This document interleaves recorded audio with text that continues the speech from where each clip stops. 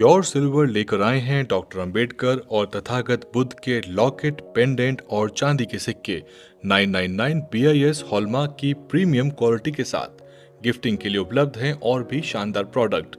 Bulk order के लिए screen पर दिए नंबर पर संपर्क करें। उत्तर प्रदेश की राजधानी लखनऊ में बहुजन समाज पार्टी की आज बड़ी बैठक बहन मायावती के नेतृत्व में संपन्न हुई है। उत्तर प्रदेश के सभी आला नेता इसमें मौजूद थे और जिलाध्यक्ष, विधानसभा अध्यक्ष से लेकर मंडल और जोन के प्रभारियों को बहन मायावती ने 27 चुनाव के लिए दिशा निर्देश दिए हैं। तस्वीरें आपकी स्क्रीन पर निकल के आई हैं। साथ ही प्रेस नोट जारी करके बहुजन समाज पार्टी ने बताया है कि आज की बैठक में क्या कुछ हुआ।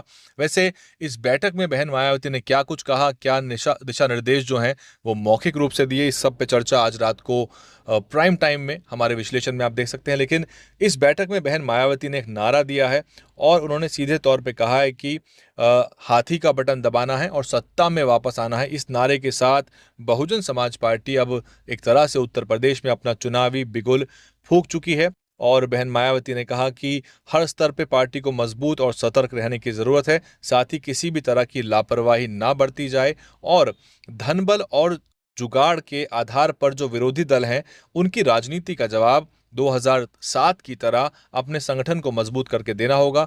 साथ ही बहन मायावती ने नया नारा दिया है जिसके आधार पर अब उत्तर प्रदेश का चुनाव लड़ा जाएगा। और बीएसपी ने हाल के विधानसभा चुनावों का हवाला देते हुए कहा कि जनता को चुनावी वादों और हकीकत के अंतर को समझना होगा।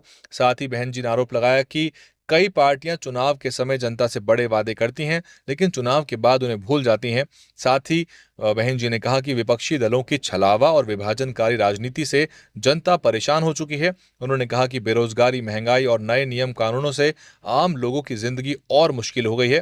बहन जी ने दावा किया कि बसपा सरकार ने यूपी में कानून व्यवस्था, रोजगार और सामाजिक मुद्दों पर बेहतर काम किया था। ऐसे में बसपा ने अपने पुराने सर्वजन हिताय सर्वजन सुखाय मॉडल को फिर से जनता के सामने रखने की रणनीति को दोहराया है।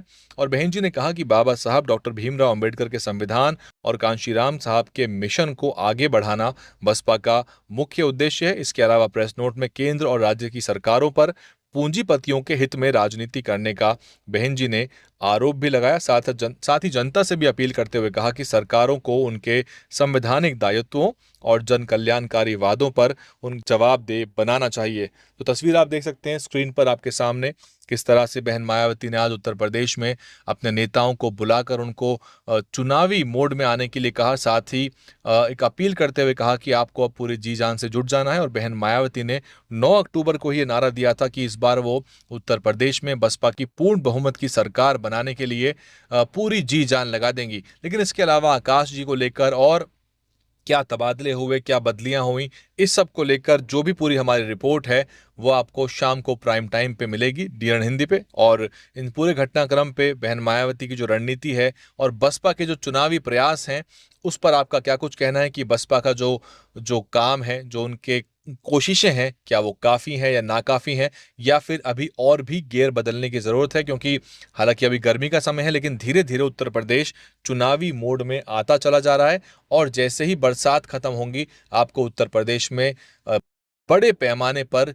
चुनावी गतिविधियां देखने को मिल सकती हैं। आप देख रहे थे डीएन हिंदी, सब्सक्राइब कर लीजिए अगर सब्सक्राइब नहीं किया है तो। अधिकतर दर्शक हमारे बिना सब्सक्राइब कर ही देखते हैं। हमारे चैनल के जो सब्सक्राइब बटन है चैनल का उसको दबाइए, चेक करिए कि आपने सब्सक्राइब किया हुआ है या नहीं। धन्यवाद। डीएनएन हिंदी को सब्सक्राइब करने के लिए दबाएं लाल रंग का सब्सक्राइब बटन और घंटी का बटन दबाकर ऑल नोटिफिकेशन पर क्लिक करें।